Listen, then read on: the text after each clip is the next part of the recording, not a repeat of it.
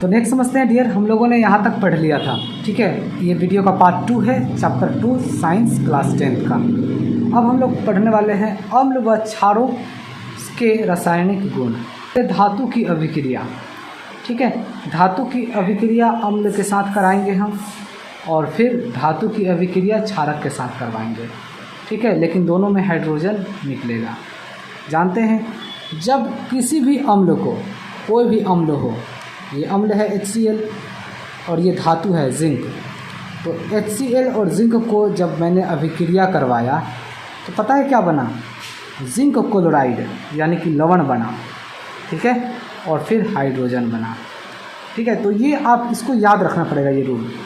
ये रूल आप दिमाग में याद रखिएगा कि कोई भी अगर एसिड है और फिर कोई भी मेटल है, और जब वह दोनों मिलकर रिएक्शन करते हैं तो लवण बनाएंगे यानी कि सॉल्ट बनाएंगे, और फिर हाइड्रोजन बनाएगा।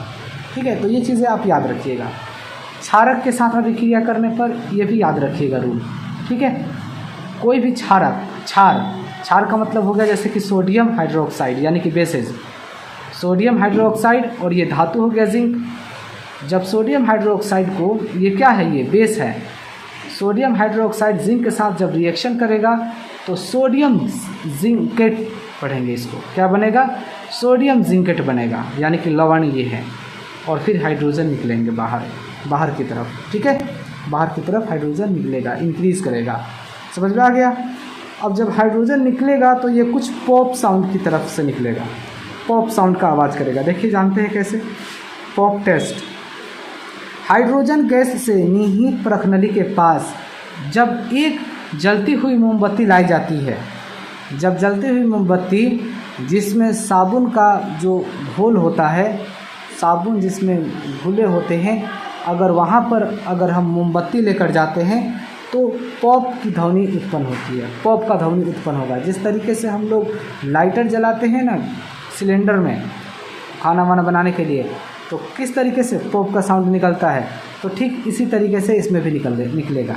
तो क्या होता है इसमें, जानते हैं हम लोग। देखिए, जिंक और फिर HCl, ये दोनों को आप मिलाइए, ये दोनों जब रिएक्शन करेगा, ठीक है, और जब ये रिएक्शन करेगा तो पता है क्या बनेगा? जिंक क्लोराइड, और फिर बनाएगा हाइड्रोजन। ठीक है, और यही हाइड्रोजन ऊपर की तरफ निकलता है। जिंक क्लोराइड और हाइड्रोजन परखनली के सीधा जिसमें घोल बने होंगे साबुन के, उसमें अगर आप, तो आखिर वो तो हाइड्रोजन निकलेंगे ही निकलेंगे, और निकलेंगे तो बुलबुले के फॉर्म में निकलेंगे, और वहाँ पर अगर आप मोमबत्ती लेकर जाइएगा तो पॉप साउंड की आवाज़ आएगा आपको। ठीक है, पॉप साउंड का आवाज़ आएगा। समझ में आ गया डियर? तो पॉप टेस्ट आपको समझ में आ गया, क्लियर? जानते हैं डियर हम लोग धातु कार्बोनेट। कार्बोनेट का मतलब हो गया CO2 ठीक है, धातु का मतलब हो गया मेटल। तो जब किसी मेटल को धातु कार्बोनेट को धातु बाइकार्बोनेट की अभिक्रिया कराने पर दो अभिक्रिया होंगे। एक तो होंगे धातु कार्बोनेट इसमें अभिक्रिया हो रहे हैं, और फिर दूसरा होंगे धातु बाइकार्बोनेट। ठीक है, अब इसमें अभिक्रिया होंगे तो जानते हैं, इस आप रूल को याद रखिएगा, बहुत ज़रूरी होता है। जब कोई अम्ल धातु का मतलब हो गया जैसे कि ये सोडियम, ये धातु हो गया, कार्बोनेट का मतलब हो गया CO3, ये याद रखिएगा चीज़ें। ठीक है, CO3 यानी कि धातु कार्बोनेट यानी कि सोडियम कार्बोनेट, इसको पढ़ेंगे हम। तो जब HCl हाइड्रोजन क्लोराइड जब सोडियम कार्बोनेट के साथ जब रिएक्शन करेगा, सोडियम कार्बोनेट क्या है, ये है धातु सोडियम, और ये कार्बोनेट का मतलब CO3। तो जब हाइड्रोजन क्लोराइड सोडियम कार्बोनेट के साथ जब रिएक्शन करेगा तो सोडियम क्लोराइड बनाएगा। ठीक है, NaCl बनाएगा, सोडियम क्लोराइड, और फिर कार्बन डाइऑक्साइड निकलेगा गैस, और फिर वाटर लिक्विड के फॉर्म में निकलेंगे। ठीक है, तो ये चीज़ें आप याद रखिएगा। कोई भी अम्ल का मतलब एसिड, धातु कार्बोनेट, धातु होना चाहिए और उसके साथ CO3 होना चाहिए। धातु में कुछ भी हो, धातु होना चाहिए बस।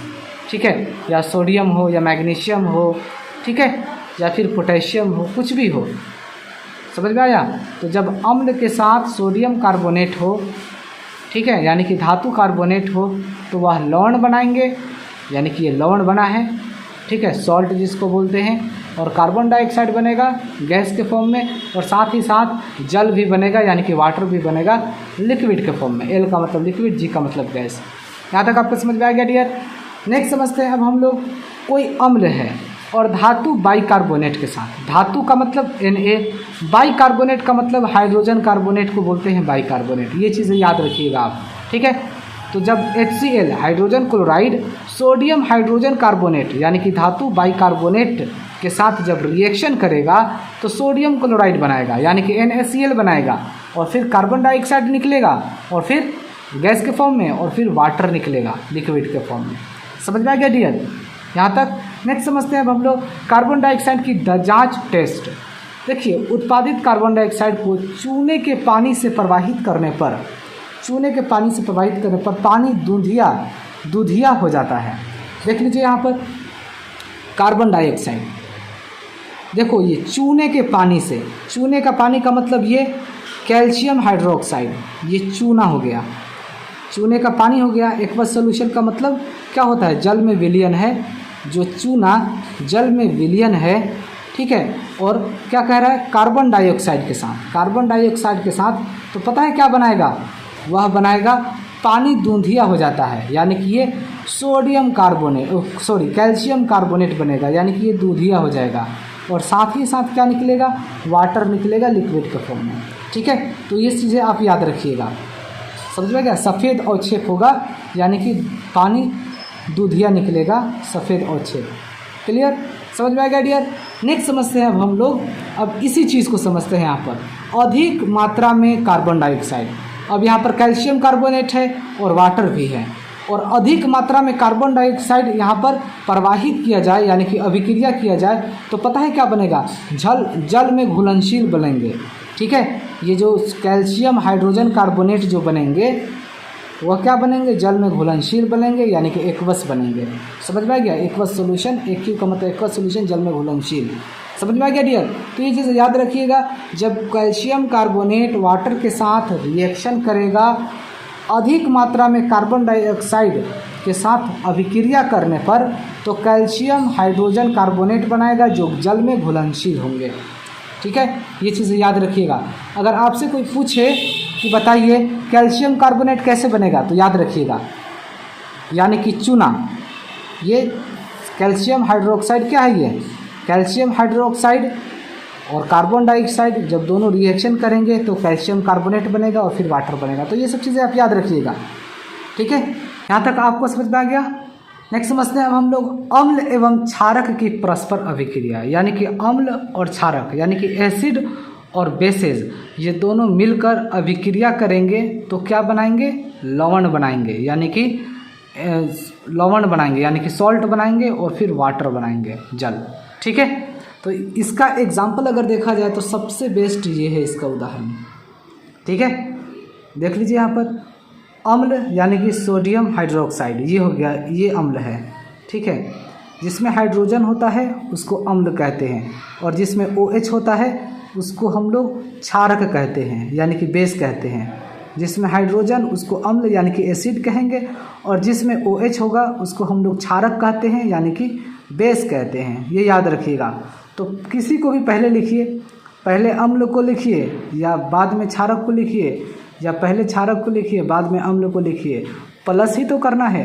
2+1 कीजिए तब भी 3 आएगा, और 1+2 कीजिए फिर भी 3 आएगा, ठीक है। तो ये आपको पता होगा, प्लस में कोई दिक्कत नहीं है।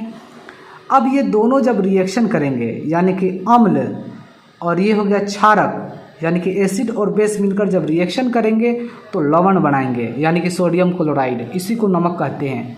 फार्मूला नमक का कोई पूछेगा कि नमक का फार्मूला क्या होगा, तो सोडियम क्लोराइड, ये याद रखिएगा आप, ठीक है। ये सॉल्ट हो गया, और फिर वाटर के लिए H2O, ठीक है, वाटर, जल बनाएगा, वाटर लिक्विड के फॉर्म में। ये एक्वस सोल्यूशन का मतलब ये घुल जाएंगे कम्प्लीटली, ठीक है, समझ में आ गया। अब ये सारे चीज़ें एक ही हैं। प्रबल अम्ल का मतलब होता है वीक एसिड, और दुर्बल क्षारक का मतलब हो गया है स्ट्रॉन्ग बेस। जब ये दोनों मिलकर रिएक्शन करेंगे तो अम्लीय लवण बनाएंगे यानी कि एसिडिक सॉल्ट बनाएंगे और फिर जल बनाएंगे, ठीक है।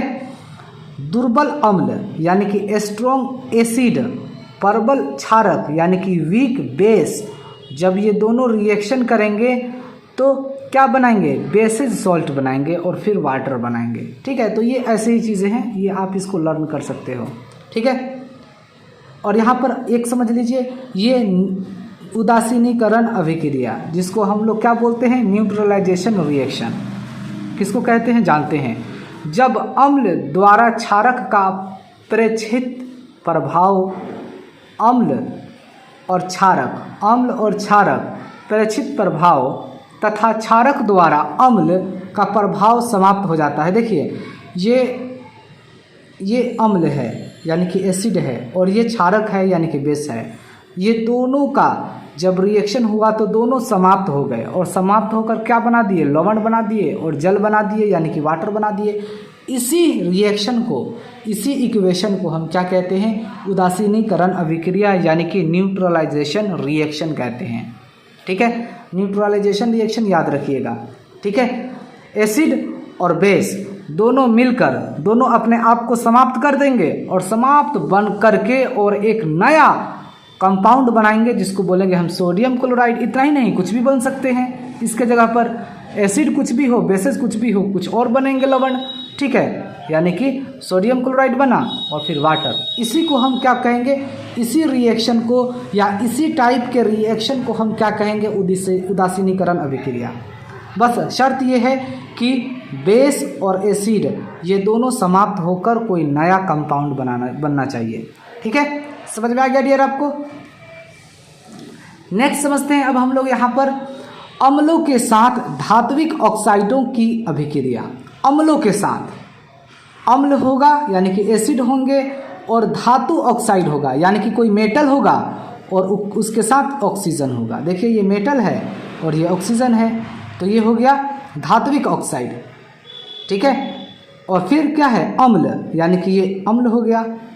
धात्विक ऑक्साइड कह रहे हैं ना, धात्विक ऑक्साइड, ये धात्विक का मतलब धातु यानी कि कैल्शियम धातु है और ऑक्साइड का मतलब ऑक्सीजन है, तो धात्विक ऑक्साइड ये हो गया।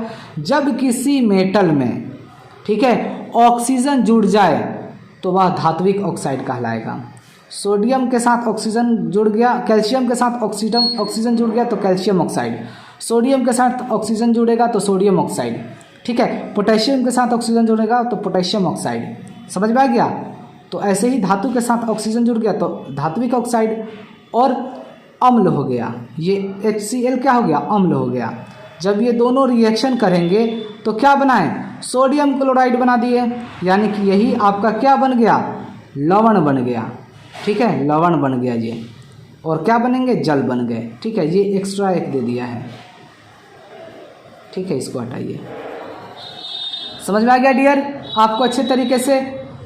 धात्विक ऑक्साइड यानी कि कैल्शियम ऑक्साइड और अम्ल हो गया यानी कि HCl, दोनों रिएक्शन करेंगे जब तो लवण बनाएंगे यानी कि सोडियम क्लोराइड और जल बना दिए H2O।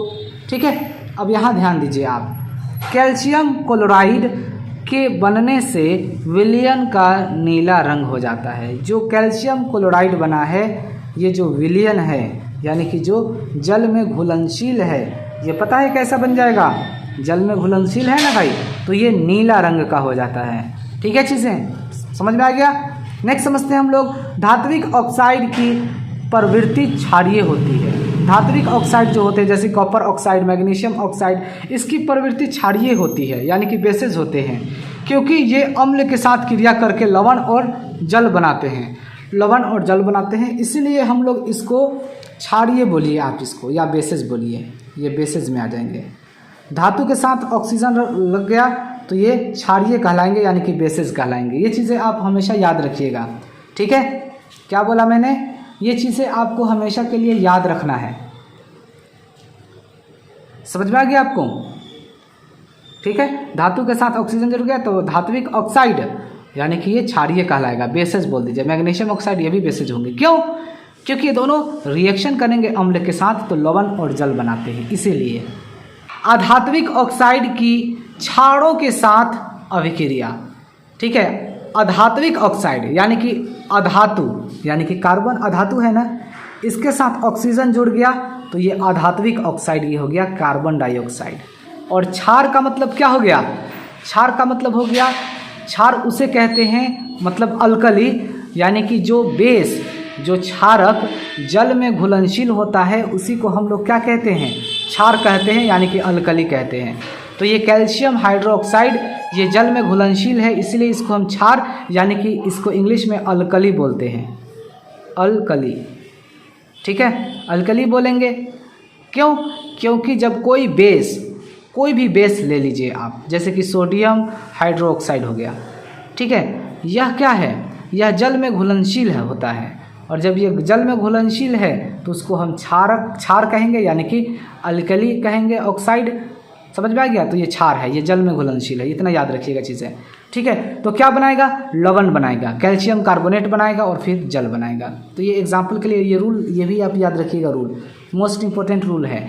जब कोई अधात्विक ऑक्साइड, अधात्विक का मतलब ये अधातु है और उसके साथ ऑक्सीजन है, तो अधात्विक ऑक्साइड हो गया। और क्षार का मतलब अल्कली बोलते हैं इंग्लिश में, अल्कली उसे कहते हैं जल में घुलनशील बेसिस को हम लोग अल्कली कहते हैं। ठीक है, जल में घुलनशील क्षार किसको कहते हैं, अल्कली। जल में घुलनशील क्षारक को हम लोग क्षार कहते हैं, यानी कि अल्कली कहते हैं। जैसे कि कैल्शियम हाइड्रोक्साइड, ये दोनों रिएक्शन करेंगे तो लवण बनाएंगे, यानी कि कैल्शियम कार्बोनेट, और जल बनाएगा, यानी कि वाटर H2O। क्लियर? नेक्स्ट समझते हैं हम लोग यहाँ पर अधात्विक ऑक्साइड प्रवृत्ति में अम्लीय होते हैं, अर्थात विद्युत धारा प्रवाहित करते हैं। ठीक है, ये जो अधात्विक ऑक्साइड है ना, कौन सा, ये अधात्विक ऑक्साइड ये अम्लीय होते हैं और ये विद्युत धारा प्रवाहित करते हैं, ये याद रखिएगा। तो कोई आपसे पूछे ना फिर कि विद्युत धारा कौन प्रवाहित करता है, तो अधात्विक ऑक्साइड।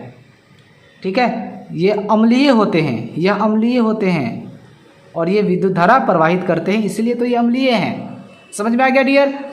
नेक्स्ट समझते हैं, ये मोस्ट इंपॉर्टेंट चीज़ें हैं जो मैं बहुत अच्छे तरीके से आपको समझाने के लिए पहले ही राइट कर लिया हूँ। अब आपको समझना है कितने अच्छे तरीके से हम लोग समझने वाले हैं। देखिए, अम्ल की अभिक्रिया, अम्ल का मतलब मैंने एक ही अम्ल लिया है और सब के साथ हम रिएक्शन करवाएंगे। ये 5 है ना, 1 2 3 4, पाँचों के साथ रिएक्शन करवाएंगे हम HCl से, क्योंकि ये अम्ल है, एसिड है। ठीक है, जब ये धातु कार्बोनेट के साथ रिएक्शन करेगा, धातु कार्बोनेट का मतलब ये हो गया, धातु का मतलब सोडियम, कार्बोनेट का मतलब हो गया CO3, ये याद रखिएगा चीज़ें। तो जब HCl सोडियम कार्बोनेट के साथ रिएक्शन करेगा तो पता है क्या बनाएगा, सोडियम बनाया और फिर क्लोराइड बनाएगा, ये क्लोराइड, सोडियम क्लोराइड बनाएगा, और फिर कार्बन डाइऑक्साइड CO2 बनाएगा, और फिर हाइड्रोजन बच गया तो वाटर बना देगा। ठीक है चीज़ें, ये याद रखिएगा, बहुत अच्छे तरीके से समझने की कोशिश कीजिए। अम्ल की अभिक्रियाएँ, यानी कि अम्ल में मैंने HCl लिख लिया। जब ये धातु कार्बोनेट, यानी कि धातु के साथ कार्बोनेट का मतलब CO3, ये हमेशा याद रखिएगा। कार्बोनेट जब भी कहेगा तो CO3, ऑक्साइड कहेगा तो ऑक्सीजन, धातु के साथ ऑक्सीजन, तो धातु ऑक्साइड हो जाएगा। ठीक है, तो जब HCl यानी कि अम्ल की अभिक्रिया धातु कार्बोनेट के साथ, यानी कि सोडियम धातु हो गया, कार्बोनेट का मतलब CO3 हो गया, जब ये रिएक्शन करेंगे तो सोडियम क्लोराइड बनाएगा और फिर कार्बन डाइऑक्साइड बनाएगा और वाटर बनाएगा। ये आपको समझ में आ गया? नेक्स्ट समझते हैं, HCl जब रिएक्शन करेगा धातु के साथ, धातु का मतलब हो गया सोडियम, तो क्या बनाएगा, सोडियम क्लोराइड, और फिर हाइड्रोजन बच गया तो हाइड्रोजन बनाएगा। ठीक है, नेक्स्ट समझते हैं हम लोग, HCl जब धातु हाइड्रोजन कार्बोनेट, यानी कि सोडियम हाइड्रोजन कार्बोनेट मैंने लिख दिया, धातु का मतलब सोडियम, हाइड्रोजन का मतलब H और कार्बोनेट का मतलब CO3, बताया हूँ ना, कार्बोनेट का मतलब CO3 होता है। जब ये दोनों रिएक्शन करेंगे, HCl और सोडियम हाइड्रोजन कार्बोनेट, जब ये दोनों रिएक्शन करेंगे तो सोडियम क्लोराइड बनाएगा, यानी कि सोडियम यहाँ है, क्लोरीन भी यहाँ है, तो दोनों मिलेंगे तो सोडियम क्लोराइड बनता है, और फिर कार्बन डाइऑक्साइड बनाएगा और फिर हाइड्रोजन बना देगा। ठीक है, ये सारे रूल को आप याद रखिएगा। ठीक है, फिर HCl है, ये अम्ल है, और ये धातु ऑक्साइड, यानी कि धातु का मतलब सोडियम हो गया, ऑक्साइड का मतलब ये ऑक्सीजन है। जब ये HCl यानी कि हाइड्रोजन क्लोराइड सोडियम ऑक्साइड के साथ जब रिएक्शन करेगा तो सोडियम क्लोराइड बनाएगा, यानी कि सोडियम आ जाएगा, ये Na और ये Cl आ जाएगा, यहाँ पर सोडियम क्लोराइड बन गया, और फिर H बच गया और O बच गया, तो मतलब वाटर बन जाएगा। समझ में आ गया आपको? क्लियर? नेक्स्ट समझते हैं अब हम लोग, HCl जब क्षार के साथ अभिक्रिया करेगा, क्षार का मतलब हो गया, क्षार का मतलब क्या हो गया, क्षार उसे कहते हैं जल में घुलनशील क्षारक को क्षार कहते हैं, जिसको हम लोग अल्कली भी बोलते हैं। तो सोडियम हाइड्रोक्साइड यह अल्कली है, यानी कि ये बेसेज हैं, क्योंकि ये जल में घुलनशील है इसलिए इसको हम क्षार कहेंगे, यानी कि अल्कली कहेंगे। ठीक है, तो जब HCl सोडियम हाइड्रोक्साइड के साथ जब रिएक्शन करेगा डियर, तो पता है क्या बनाएगा, सोडियम बनाएगा और क्लोरीन बनाएगा, यानी कि सोडियम क्लोराइड हो जाएगा जब मिलेंगे तो। ठीक है, और फिर वाटर बना देगा, H2O बना देगा। ये पता चल गया। नेक्स्ट समझते हैं अब हम लोग क्षार की अभिक्रियाएं। क्षार का मतलब क्या होता है, अल्कली, यानी कि जल में घुलनशील क्षारक को, ये क्षारक है, जल में घुलनशील क्षारक को क्षार कहते हैं, यानी कि अल्कली कहते हैं। तो ये जल में घुलनशील है, तो ये बेस हैं, लेकिन ये जल में ये बेसेज हैं, लेकिन जल में घुलनशील होने की वजह से यह अल्कली होगा, यानी कि क्षार होगा। ठीक है, तो ये क्षार हो गया। और जब ये धातु के साथ रिएक्शन करेगा, धातु में मैंने ले लिया जिंक, तो क्या बनाएगा डियर, तो ये बना देगा सोडियम जिंकेट, Na ये और Zn ये, तो सोडियम जिंकेट बनाएगा और हाइड्रोजन बच गया तो हाइड्रोजन निकाल देगा। ठीक है, समझ में आ रहा है आपको। नेक्स्ट समझते हैं सोडियम हाइड्रोक्साइड और ये धातु कार्बोनेट। तो धातु कार्बोनेट में मैंने क्या ले लिया, ये धातु हो गया जिंक और कार्बोनेट का मतलब हो गया CO3, ये CO3 कर देता हूँ, धातु कार्बोनेट CO3। अब देख लीजिए सोडियम हाइड्रोक्साइड, यानी कि ये एक क्षार है। ठीक है, और साथ ही साथ ये बेसेज भी हैं, क्योंकि बेसेज अगर जल में घुलनशील हो जाते हैं तो वह क्षार कहलाते हैं, यानी कि अल्कली कहलाते हैं। तो ये सोडियम हाइड्रोक्साइड क्षार है, और जब धातु कार्बोनेट के साथ रिएक्शन करेगा, जिंक हो गया, ये धातु, कार्बोनेट का मतलब CO3, तो कोई भी अभिक्रिया नहीं करेगा, ये याद रखिएगा चीज़ें। ठीक है, नेक्स्ट समझते हैं सोडियम हाइड्रोक्साइड जब धातु हाइड्रोजन कार्बोनेट, यानी कि सोडियम धातु हो गया, हाइड्रोजन का मतलब H हो गया, कार्बोनेट का मतलब CO3 हो गया, जब ये दोनों रिएक्शन करेंगे तो कोई भी रिएक्शन होगा ही नहीं, ये भी याद रखिएगा चीज़ें। ठीक है, सारे रूल्स को आप याद रखते रहिए। नेक्स्ट समझते हैं हम लोग सोडियम हाइड्रोक्साइड, ये क्या होते हैं, देखने में लग रहा है ना आपको कि बेस हैं, बार बार इसलिए बोल रहा हूँ ताकि आपको याद हो जाए।